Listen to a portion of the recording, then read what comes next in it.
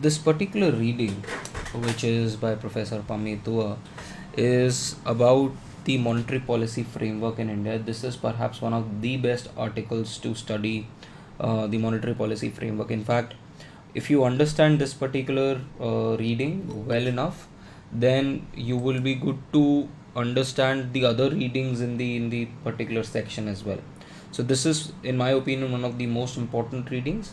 Apart from that, what you will be requiring in Unit 5 would be just Bain and Johnson, chapter number 19. There is something called as interest rate targeting and monetary targeting. Apart from that, nothing else would be required. Everything else is covered in this particular reading.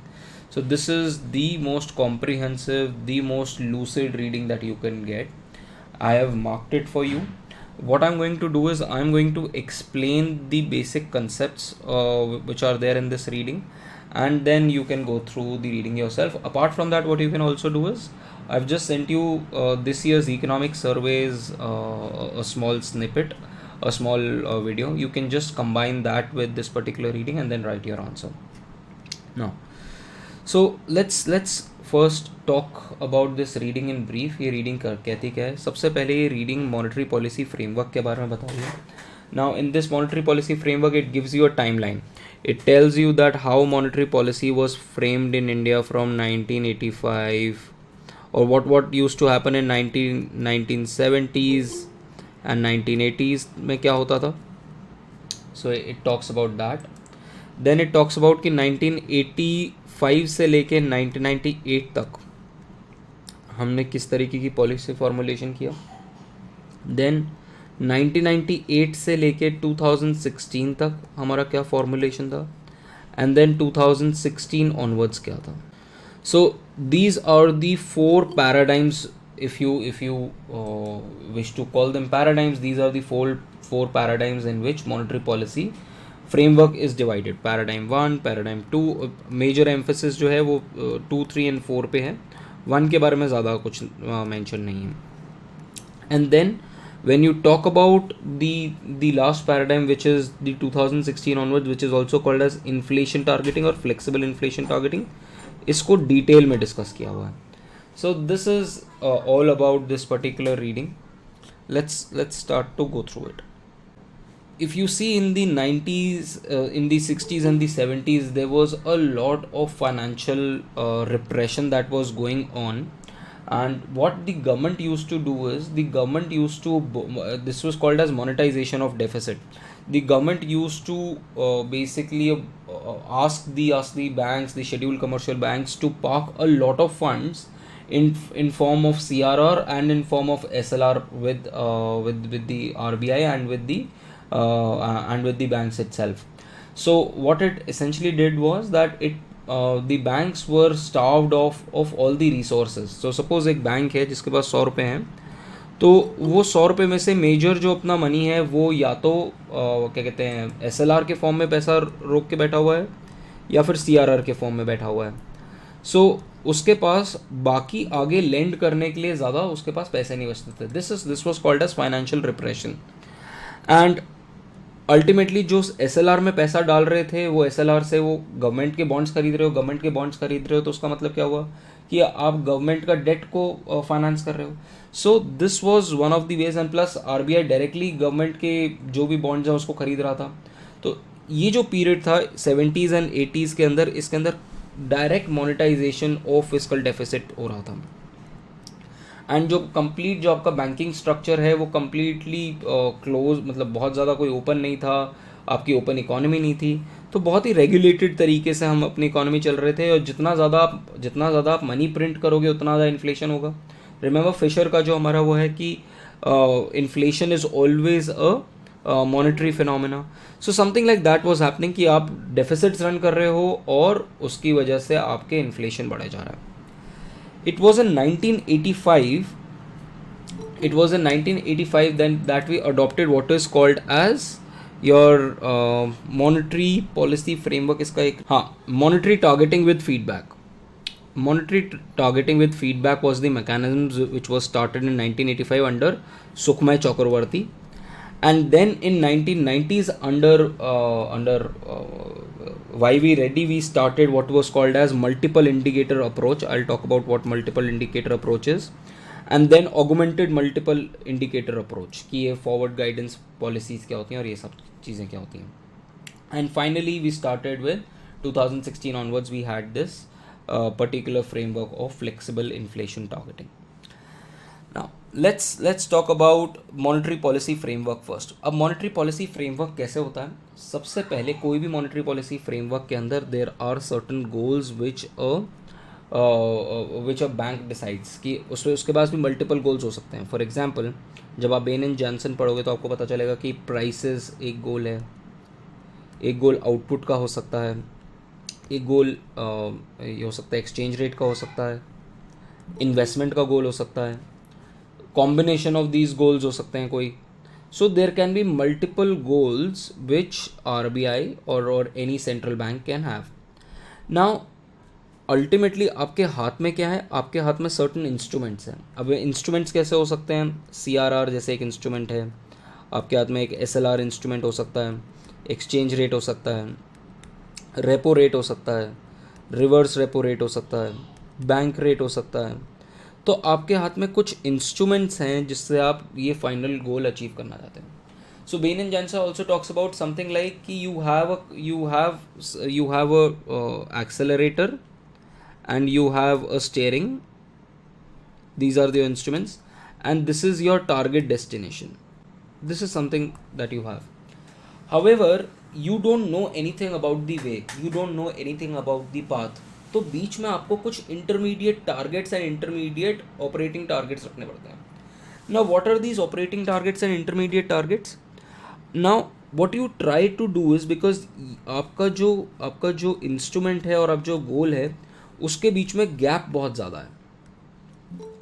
तो to cover up that gap, what you do is you try to fix up some kind of an intermediate target. Try to imagine something like कि this is something like a T20 match जिसमें आपको 200 runs चाहिए in 20 overs and आप बिल्कुल open करने जा रहे हो, ज़ीरो पे हो. तो instead of targeting 200 runs in 20 overs, what you target is that let me see the first 6 overs. Let me just see the first 6 overs of power play. और उस first 6 overs में let me try to score 70 for 1, which is much more under your control. Because अभी ये आप immediate जो target ले सकते हो आप वो ये ले सकते हो. आप final target तो आप achieve कर पाओगे नहीं कर पाओगे, बहुत सारी चीज़ों पे depend करेगा. Let me target this particular goal. So आप instrument से you try to achieve an operating target which is much more controllable, which you can immediately control through your instruments. So operating targets are those targets which are almost in the hands of the central bank by changing the instruments. So अगर आप instrument का change करोगे तो एकदम से आपका operating target immediately respond कर जाएगा. सिमिलरली उसके बाद इमीडिएट आपका ऑपरेटिंग टारगेट जब अचीव हो जाएगा उसके थ्रू आप इंटरमीडिएट टारगेट अचीव करने की कोशिश करते हो. So something like the example that I was talking about कि what will happen till over number 15 कि 60-15 से लेके हम क्या टारगेट करना चाह रहे हैं. So that is what is achieved in intermediate target. That intermediate target is close to the goals and it is also close to operating target. तो आप इसके थ्रू अपने गोल को अचीव करने की कोशिश करते हो. So this is the mechanism of your policy, monetary policy framework, irrespective of what kind of framework that you pick up. किसी भी टाइम का पिकअप कर लो, मेजरली आपको जो थीम मिलेगा वो यही मिलेगा. And you will find this exact theme in Ben and Johnson as well. So if you cover this particular reading well, आपका बेन एंड जॉनसन भी साइमल्टेनियसली काफ़ी हद तक कवर हो रहा होगा. Instruments are tools which are in the control of the central bank and are used to achieve the operational target. Operational target are financial variables controlled by the central bank and they guide day-to-day operations of the bank. अभी हम बात करेंगे कि कौन सा operations, कैसे operations, ये क्या क्या goals, क्या target होता है, वो सब हम बात करेंगे. And these targets can further these targets can further impact intermediate target and thus help in delivery of final goal. Your intermediate, your operational targets could be reserve money, short term interest rates. We will talk about what these interest rates are, ये सब क्या है. Intermediate targets are variables which are closely related to the final goals and can be affected by monetary policy. तो ये वो targets हैं जो आपकी पॉलिसी से इम्पैक्ट हो सकते हैं, बट ये गोल्स से बहुत ज़्यादा अच्छे से रिलेट करते हैं.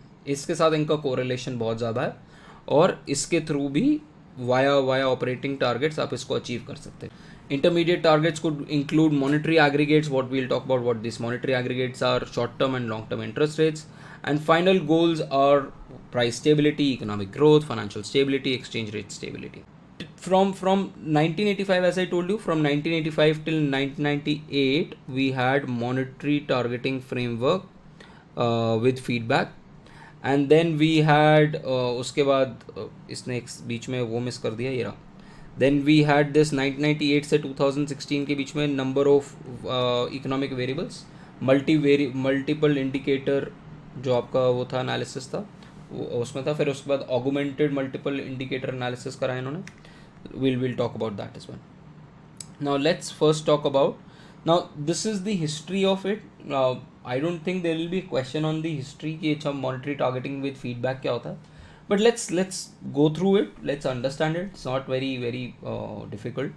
I'll tell you which is the most important part. Now, as I told you, 70s and 80s में क्या होता था, monetization of fiscal deficit. Monetization of fiscal deficit का मतलब गवर्नमेंट बोरो करना. Fiscal deficit nothing but borrowing of government of India.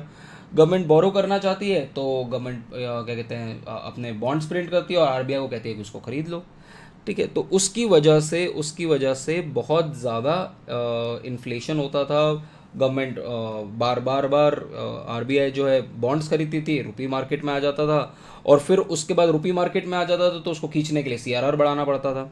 So therefore inflationary consequences होते थे तो frequent recourse to CRR. So can you understand what was happening? Government was selling bonds, government अपने bonds बेच रहा था. Government bond बेचेगा तो खरीदेगा कौन? आरबीआई खरीद रहा है. This is called automatic monetisation of deficit. RBI bond खरीदेगा तो आरबीआई मार्केट में क्या देगा? रुपी मार्केट में आ जाएगा तो इन्फ्लेशन हो जाएगा. इस रुपी को खींचने के लिए आरबीआई क्या करेगा? सीआरआर बढ़ाना शुरू कर देगा. So this was what was happening in 70s and 80s. Then there was this committee under doctor सुखमय चक्रवर्ती जिन्होंने कहा कि हमें मॉनेटरी टारगेटिंग करना चाहिए with certain kind of feedback mechanism. या मार्केट में देखिए क्या चल रहा है और उसके बेसिस के ऊपर हम अपना मॉनेटरी टारगेटिंग करें. That means they started targeting some kind of an aggregate. Will talk about that. And इन्होंने कहा कि हमारा स्टेबल मनी डिमांड फंक्शन होगा, बट वो स्टेबल मनी डिमांड फंक्शन जो है ये अजम्पशन जो है ये वीकन अप हो जाएगी after 1990s. Again, if we have another session, maybe tomorrow, then I'll teach you that particular reading as well, Bain and Johnson, जिसके अंदर आपको देखना है कि इंटरेस्ट रेट टारगेटिंग कब करते हो एंड वो कब करते हो, मॉनेटरी टारगेटिंग कब करते हो. This is a very important question guys, you should note it. When to do interest rate targeting and in what situations do you do monetary targeting. ठीक है, and it has to do with AD की stability. Now, so with this kind of a background, we had this monetary targeting with feedback mechanism. और ये क्या mechanism था? अब RBI क्या कर रहा था? देखो यहाँ पर RBI had these instruments. CRR उसके हाथ में है. ओपन मार्केट ऑपरेशन से वो क्वांटिटी ऑफ मनी मार्केट में चेंज कर सकता है.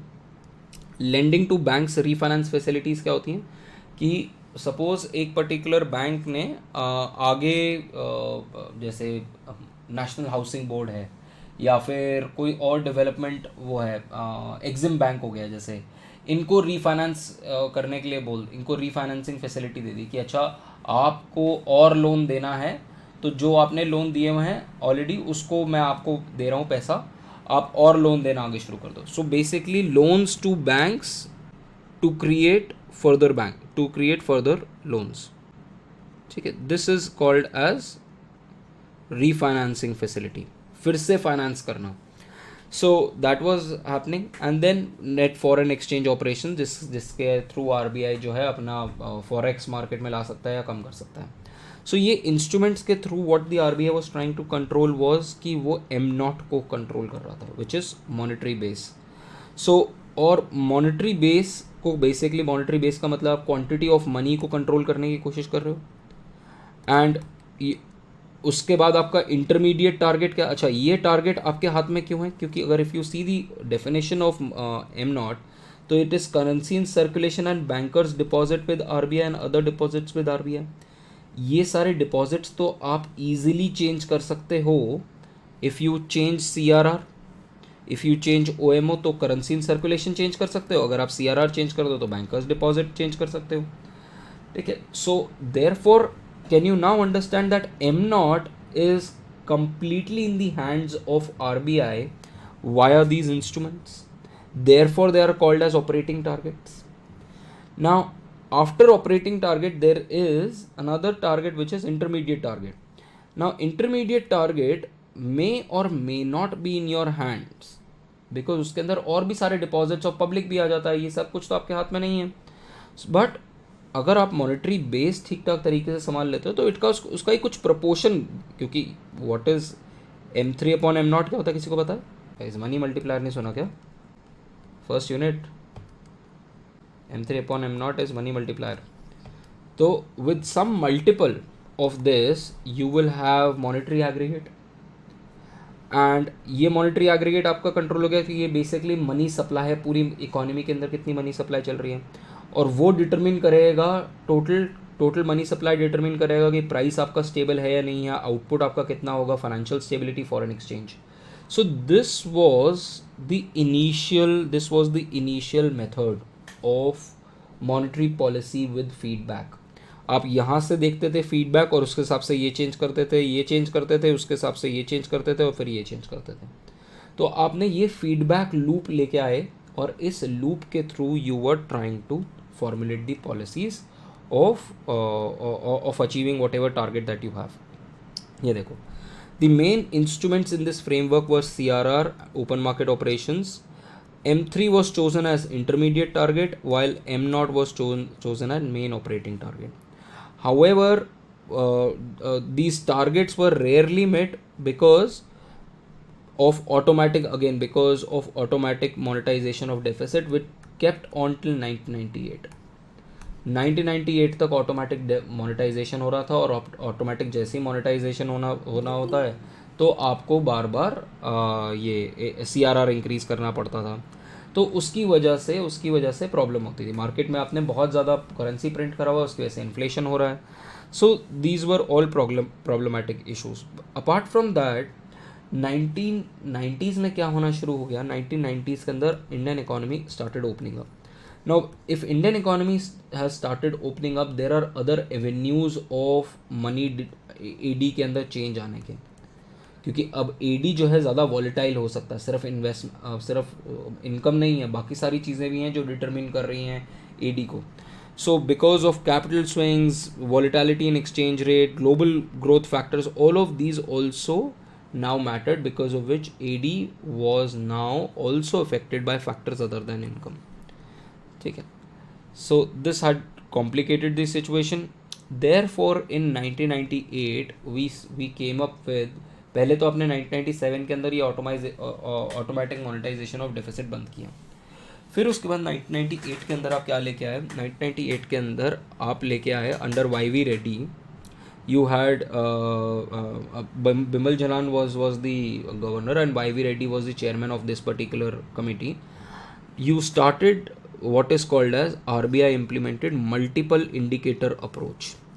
Instead of having one indicator to target, RBI ने क्या करना शुरू किया? बहुत सारे टारगेट्स लेने शुरू कर दिए.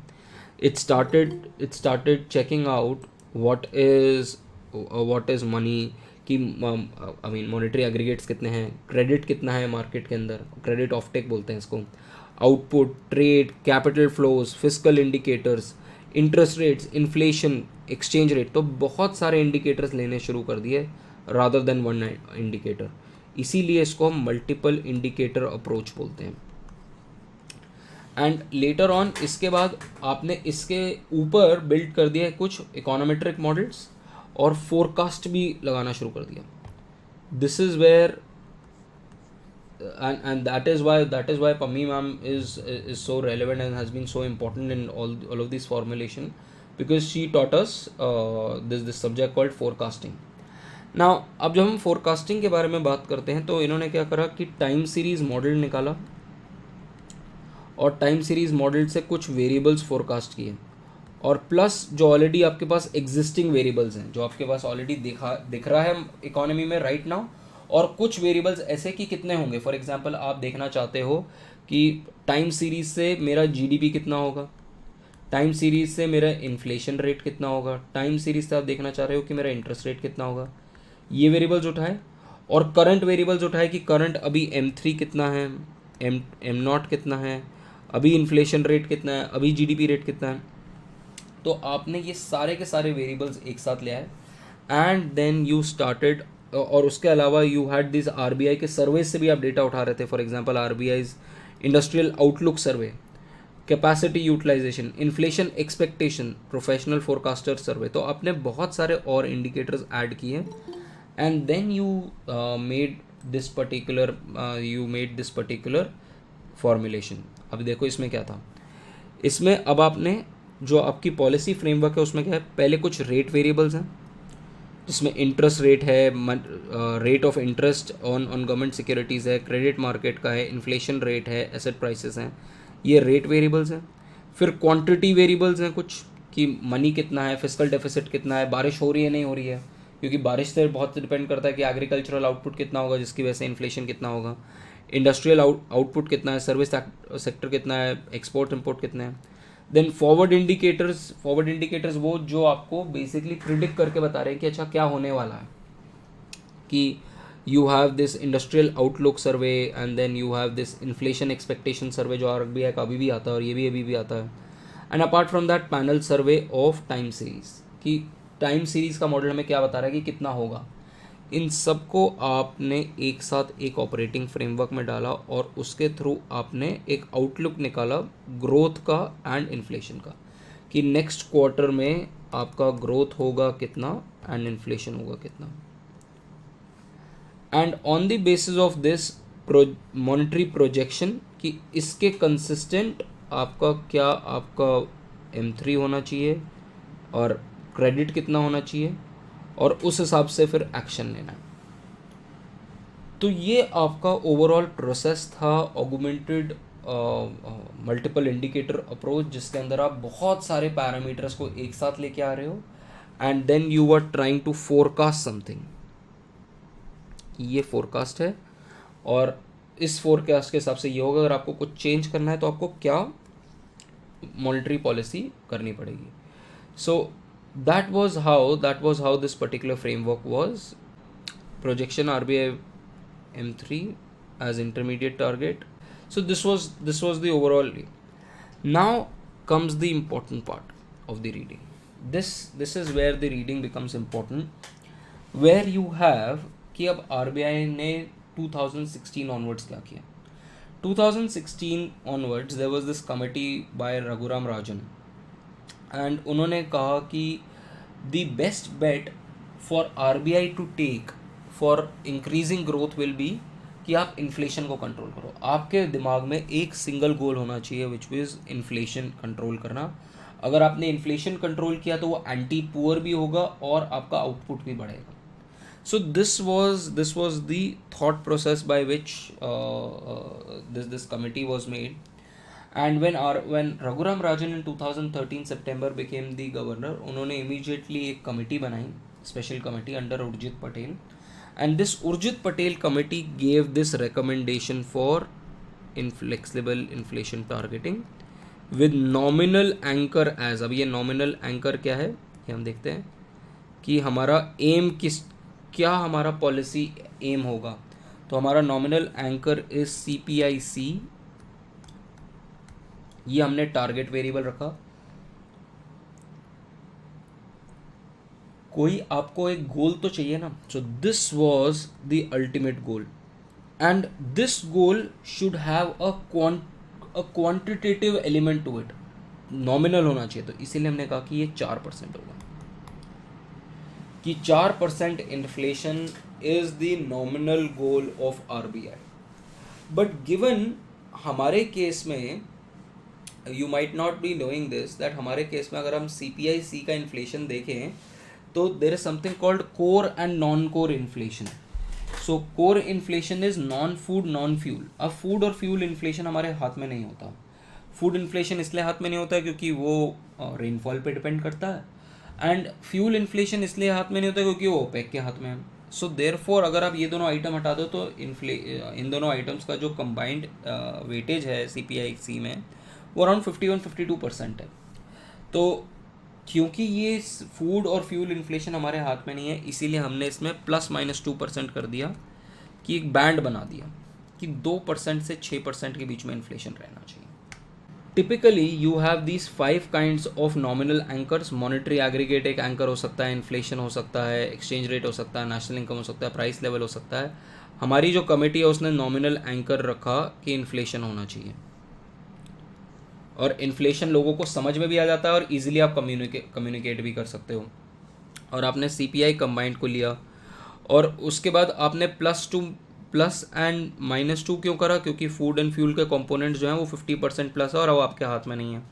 सो therefore this committee was made, और इसके लिए अब आपने एक कमेटी बनाई, मॉनेटरी पॉलिसी कमेटी। आरबीआई के एक्ट के अंदर चेंजेस आए और ये कमेटी अब रिस्पॉन्सिबल है to bring the inflation down to 4%। और अगर ये 3 consecutive quarter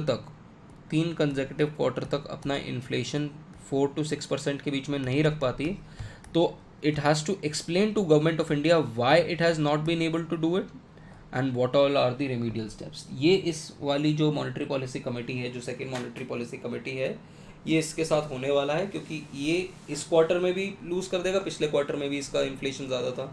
so therefore now it has to explain कि इन्फ्लेशन क्यों ज़्यादा है। इट विल प्रॉब्ली से कि यूक्रेन और रशिया का वॉर है इसलिए ज़्यादा है, बेसिक मेटल्स और बेसिक कमोडिटीज़ का प्राइसेस बढ़ गए हैं, वो भी रशियन वॉर की वजह से है। एडिबल ऑयल्स और फूड शॉर्टेज की वजह से फूड के प्राइसेस बढ़ गए हैं, इसीलिए यू माइट हैव रेड कि इंडिया ने कल वीट का बैन कर दिया है।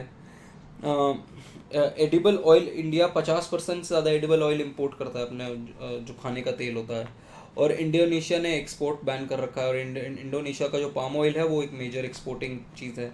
So all of these reasons will be given by RBI कि अच्छा इन रीजंस की वजह से हम इन्फ्लेशन मेंटेन नहीं कर पाए। एंड इफ़ यू सी मार्च का जो प्रिंट है इन्फ्लेशन का वो 7.79%। So RBI started with this particular flexible inflation targeting and the tolerance limits, and ultimately इस कमेटी को एटलीस्ट साल में कुछ बार मिलना था, बट 4 टाइम्स मिलना था, बट जो डिसाइड हुआ वो है कि every 2 months it will meet, and it will also publish its whatever is discussed, जो भी इसकी वोटिंग प्रोसेस है वो भी हाईलाइट होगा, so that everything becomes transparent कि किस बेसिस पे आपने डिसीजन लिया है। तो it has 6 members, 3 from RBI, one the governor and 2 deputy governors, and 3 people from majorly from academy. अब ये कमेटी बैठी, और अब इस कमेटी को डिसाइड करना था कि ये कैसे आप मॉनेटरी पॉलिसी बनाओगे, उसको आप टारगेट को कैसे अचीव करोगे, आपके इंटरमीडिएट टारगेट्स क्या होंगे, आपके ऑपरेटिंग टारगेट्स क्या होंगे, everything was to be decided, and अपना पूरा पॉलिसी फ्रेमवर्क आपको बनाना था। So India, actually the first country to adopt inflation targeting was न्यूजीलैंड। इंडिया ने 2016 में अडॉप्ट किया। Now let us understand this particular diagram. हमारे इंस्ट्रूमेंट्स क्या हैं आरबीआई के हाथ में? Repo rate, liquidity adjustment facility, I explain you what liquidity adjustment facility is, LAF बोलते हैं इसे। Then reserve requirement which is CRR, open market operations, lending to banks, bank rate और MSF, I explain you that, and foreign exchange का, ये आपके dollars बेचना, dollars खरीदना।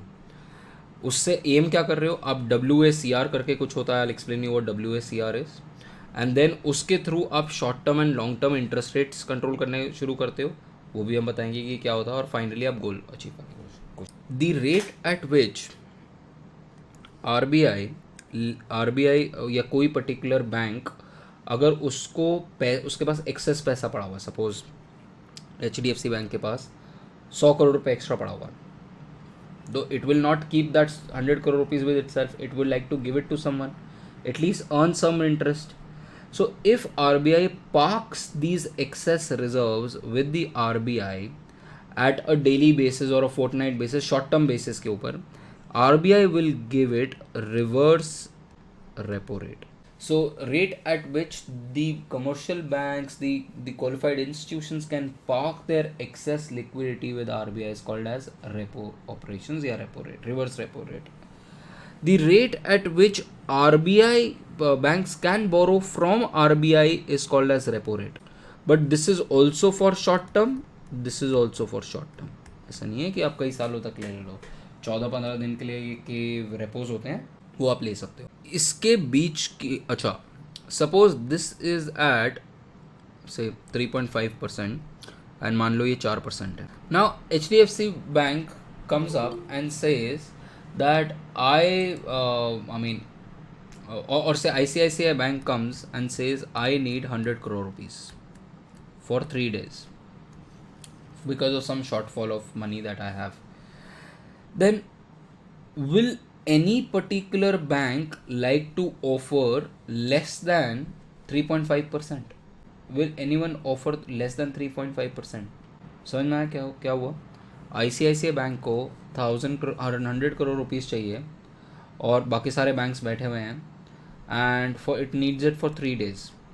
Can HDFC Bank come and say that you take these 100 crore rupees from me for 3 days but you have to pay me 3% पे कर लेता हूँ? It will not be able to get anything less than 3.5. ठीक है, तो हर एक बंदा जो है वो आपको लोन देने के लिए कहेगा कि यार इससे तो ज़्यादा ही दूंगा मैं, बट इससे ज़्यादा कोई चार्ज नहीं करेगा. तो अल्टीमेटली एक बैंक दूसरे बैंक को जब लोन देगा, एक बैंक दूसरे बैंक को जब लोन देगा तो एट मैक्स इस रेट पे दे सकता है और एट मिनिमम इस रेट पे दे सकता है. This will be the range in which short term money will be traded within the banking sector. Remember now, repo rate और रिवर्स रेपो रेट पे आप अनलिमिटेड पैसा नहीं उठा सकते हो या डाल सकते हो. ठीक है, एटलीस्ट रेपो रेट के ऊपर तो अनलिमिटेड पैसा नहीं ले सकते हो.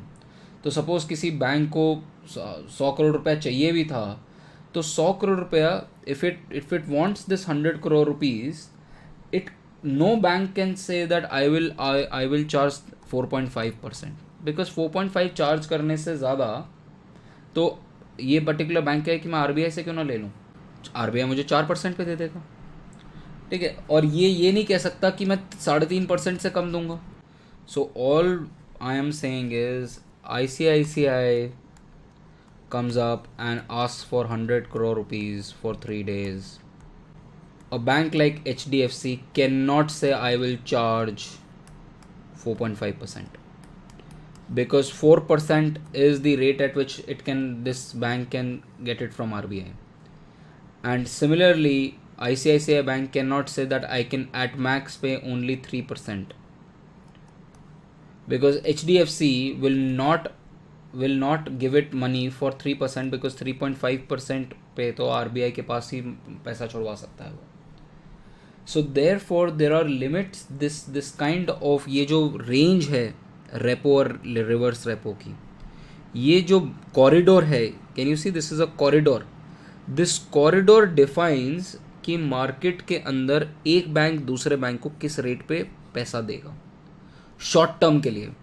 तो short term interest rate between banks is set by this corridor, and that interest rate is called as weighted average call rate, WACR. Rate at which banks give money to each other in a fortnight, for a fortnight basis, for a 14-day basis at max, for a 14-day basis, and उसका weighted average है. ठीक है, क्योंकि amount पे depend करेगा. अगर amount ज़्यादा हो सकता है, ज़रूरी नहीं कि इसी के बीच में रहेगा, बट मोस्टली इसी रेंज के बीच में रहता है. तो आपका नीचे रिवर्स रेपो रेट होता है, ऊपर रेपो रेट होता है, और बीच में WACR कहीं घूम रहा होता है. और रेपो रेट के ऊपर एक और रेट होता है which is called as MSF, marginal standing facility. ये रेट वो है क्योंकि रेपो रेट पे सपोज मुझे 100 करोड़ रुपया चाहिए था, बट आरबीआई से मुझे सिर्फ 50 करोड़ रुपए मिल सकता है। अगर मुझे और 50 करोड़ रुपया चाहिए तो वो मुझे एमएसएफ पे मिलेगा, जो इससे थोड़ा सा ऊपर होता है। पीनल रेट बोलते हैं इसको, पेनल्टी लगती है बैंक के ऊपर कि अच्छा आपको इतना ज़्यादा मिसमैच क्यों हो गया आपकी लिक्विडिटी का। तो कुछ पैसा तो मैं आपको रेपो तक दे सकता हूँ, उससे ज़्यादा अगर आपको चाहिए तो आपको मार्जिनल स्टैंडिंग फैसिलिटी से लेना पड़ेगा। With all of this as background, now you can read all these terms. Weighted average call rate is the volume weighted average rates at which overnight money or money at short notice up to 14 days are lent and borrowed in the money market.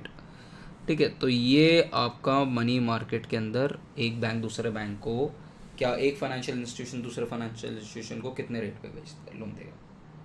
WACR समझ में आया guys. अगर आपको ये चीज़ समझ नहीं आ रही तो आपको आगे नहीं समझ में आएगा, और आपको फर्स्ट चैप्टर भी नहीं समझ में आएगा अगर आपको ये समझ नहीं आया तो। आई होप WACR सबको समझ में आ गया हो। Marginal standing facility, it is for scheduled commercial bank can borrow additional amount for overnight money मतलब 14 डेज के लिए, from RBI at penal rate against eligible securities. तो इस तरीके से आप बैंक्स जो हैं एडिशनल बोरोइंग कर सकते हैं ओवर एंड अबव जो उसको रेपो पे मिलता है। तो रेपो पे आपको अनलिमिटेड अमाउंट नहीं बोरो कर सकते, रेपो पे भी आप कुछ लिमिटेड अमाउंट ही बोरो कर सकते हो from RBI. So now why is this all this important because अब आरबीआई के हाथ में, आरबीआई के हमने क्या किया, मॉनेटरी पॉलिसी फ्रेमवर्क के अंदर जो फ्लेक्सिबल इन्फ्लेशन टारगेटिंग का जो हमारा फ्रेमवर्क है उसमें हमने ये रेपो रेट को बना दिया है कि ये हमारा मेन पॉलिसी इंस्ट्रूमेंट है और बाकी सारे रेट्स रेपो रेट से लिंक्ड हैं। तो अगर आपका रेपो रेट 6% था प्री कोविड, अगर ये 6% था तो रिवर्स रेपो रेट 5% होगा मान लो। कोविड आते के साथ ही आपने इसको कर दिया 4% और इसको कर दिया 3.5%। द इम्पैक्ट विल बी कि ये जो WACR इतना ऊपर घूम रहा था वो अब नीचे आ गया, क्योंकि इस कॉरिडोर के अंदर ही तो रहना है उस WACR को। The rate at which RBI is lending is also going down, तो देयरफॉर एक बैंक दूसरे बैंक को भी तो सस्ते रेट पे देगा। यहाँ तक क्लियर कंसेप्ट है कि नहीं है कि आरबीआई ने कोविड के टाइम पे पूरा का पूरा कॉरिडोर ही नीचे उठा के कर दिया। ये WACR इंपॉर्टेंट क्यों है? ये WACR इंपॉर्टेंट इसलिए है क्योंकि ये बहुत ही बड़ा बेंचमार्क रेट है। ये WACR हर किसी चीज़ को बेसिकली इम्पैक्ट कर रहा होता है। कैसे इम्पैक्ट कर रहा होता है ये देखो।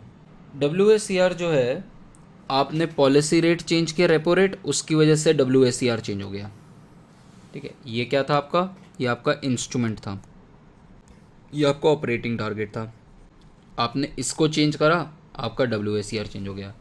अब WACR ऑल्सो चेंजेस मार्केट के अंदर। क्या चेंज करेगा? अगर एक सपोज पहले WACR पहले 5.5% था, अब से WACR 3.5% हो गया। तो दैट मीन्स एक बैंक दूसरे बैंक से या एक फाइनेंशियल इंस्टीट्यूशन दूसरे फाइनेंशियल इंस्टीट्यूशन से सस्ते रेट पे लोन ले सकता है। तो दैट मीन्स अगर सस्ते रेट पे लोन ले सकता है तो मनी का प्राइस जो है वो कम हो रहा है। अगर this is going down then the price of money is going down basically. If the price of money is going down, then what will happen? Banks will say कि अच्छा बॉस मैं काम करता हूँ, मैं अपना लेंडिंग रेट भी कम करना शुरू कर देता हूँ। ठीक है, क्योंकि मुझे पीछे से पैसा सस्ता पड़ रहा है तो मैं पैसा सस्ता कर देता हूँ, मैं अपना रेट सस्ता कर देता हूँ, इंटरेस्ट रेट आगे सस्ता कर देता हूँ।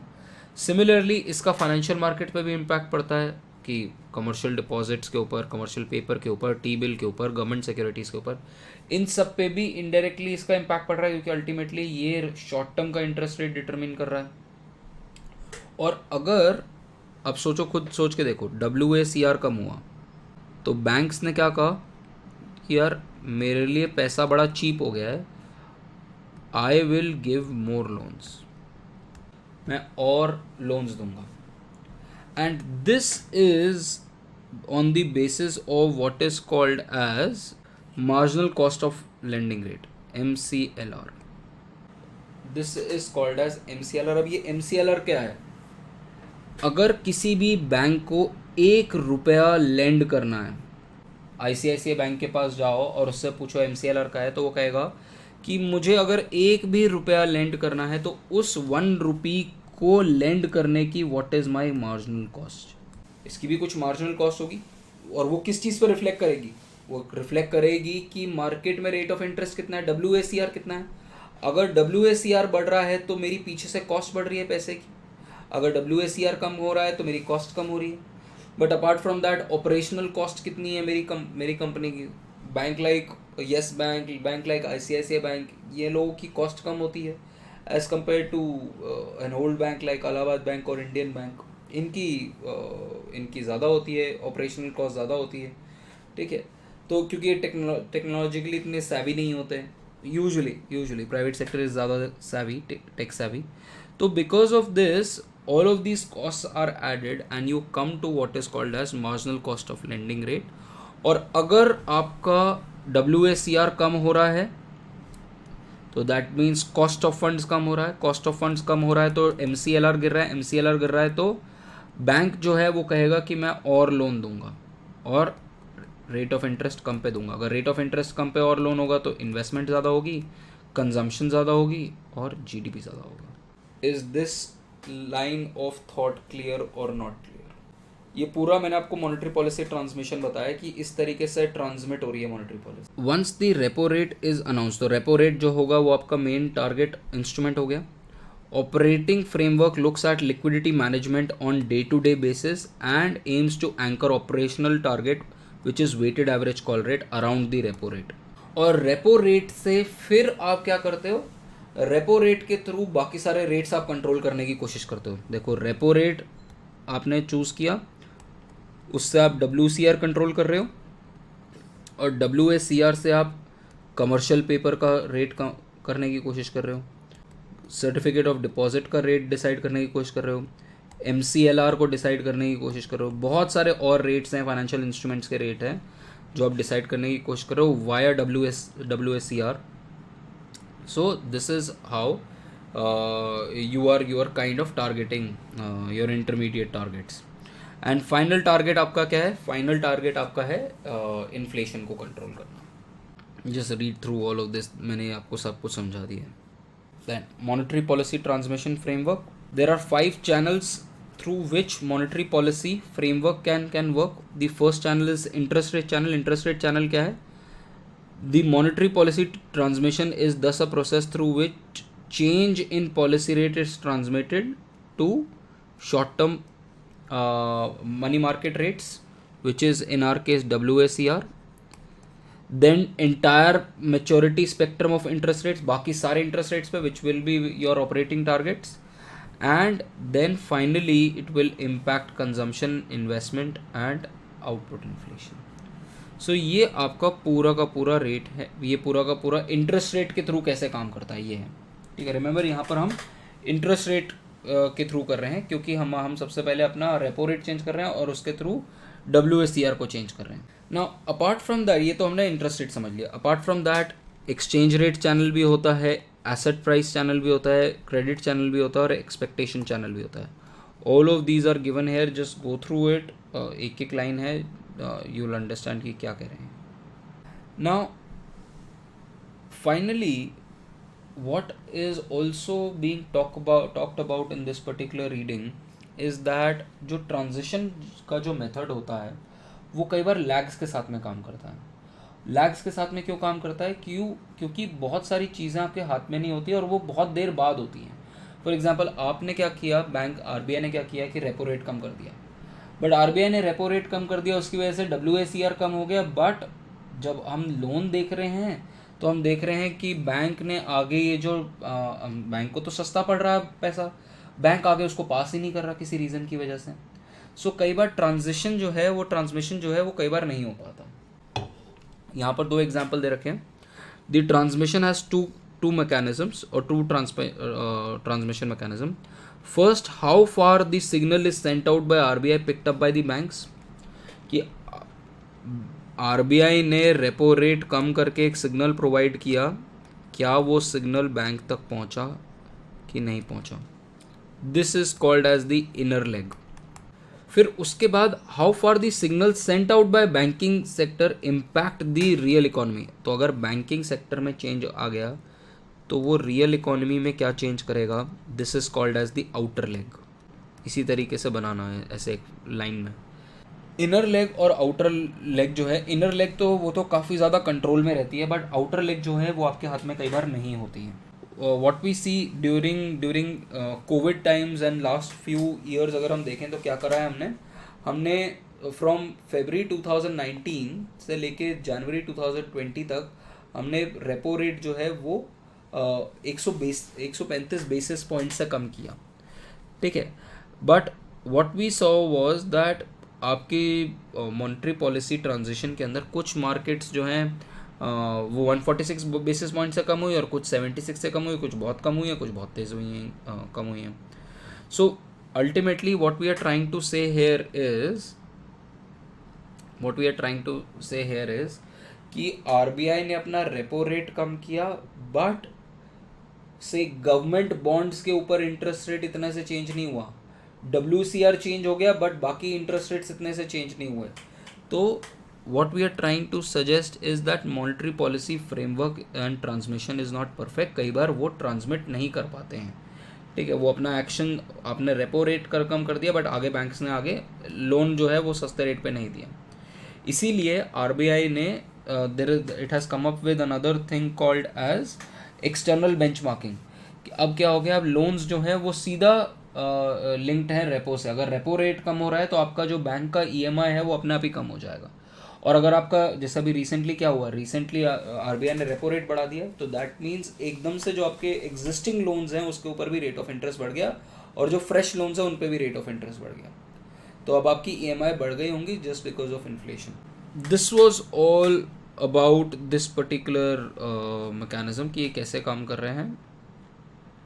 फाइनली इसके अलावा आरबीआई, तो ये हो गए आपके conventional policy measures.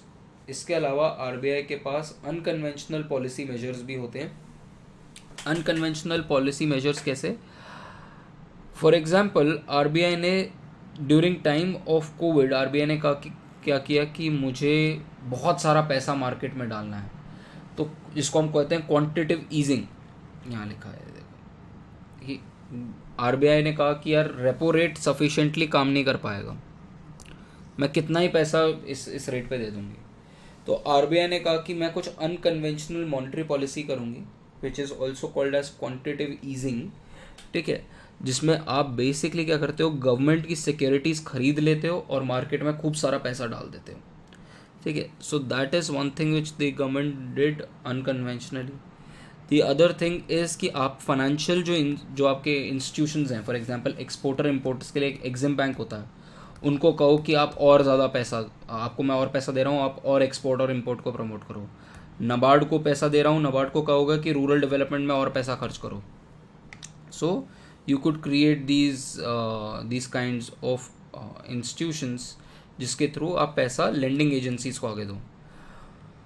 Then forward guidance में आप क्या कहते हो, आप बेसिकली फॉरवर्ड गाइडेंस एक और तरीका है मॉनेटरी पॉलिसी का, जिसके अंदर आप कह देते हो पहले से कि हम ये करने वाले हैं 2 महीने बाद, तो मार्केट अपने आप ही एंकर अप हो जाती है कि अच्छा ये आरबीआई करने वाला है। It is communicating its future policy intentions, and this is routinely done by central banks now. तो ज़्यादा क्रेडिबल होती है, ठीक है। जैसे फॉर एग्जांपल कई बार लोग कहते हैं कि अच्छा this is what I am going to do, तो उसके बाद वो प्रेशर हो जाता है फॉरवर्ड गाइडेंस का कि अच्छा यार मैंने ये बोल दिया है मार्केट में कि अच्छा मैं ये करने वाला हूँ, तो मुझे पढ़ना पड़ेगा, ठीक है। तो ये जो है इसको हम फॉरवर्ड गाइडेंस बोलते हैं इकोनॉमिक्स के अंदर। And then negative interest rates का मतलब कि अगर बैंक्स जो हैं वो आरबीआई के पास एक्सेस फंड रखेगा तो उसके ऊपर नेगेटिव इंटरेस्ट रेट लगेगा। तो इन दैट केस आप बैंक्स को कह रहे हो कि हम अपने पास अगर सरप्लस है तुम्हारे पास पैसे की, तो मेरे पास मत छोड़ो, आरबीआई के पास मत छोड़ो, आगे लोगों को दो, कॉर्पोरेट्स को दो, सो दैट क्रेडिट साइकिल ऊपर बढ़ पाए। And in order to achieve this, RBI had started a number of schemes. For example, एक GSAP करके स्कीम है, government acquisition of asset scheme. Then operation twist है, LTRO है, टारगेटेड लॉन्ग टर्म LTRO है। सो ये बहुत सारे इंस्ट्रूमेंट्स जो है RBI लेके आया in times of Covid to basically improve the credit into the market, pump in more money into the market. Then financial institutions जो मैंने आपको SIDBI और इसके बारे में बताया, NHB के बारे में. So this is the overall framework. I would like you to read this particular table 5 अच्छे से पढ़ लेना क्या है, and I've already marked a lot of things on the reading. So if you want to summarize this particular reading, what you need to definitely understand is, in India's case, policy instruments क्या होते हैं जो WSCR को control कर रहा है, और WSCR multiple indicators को कंट्रोल कर रहा है, और उसकी वजह से आप फाइनल टारगेट अचीव करना चाहते हैं.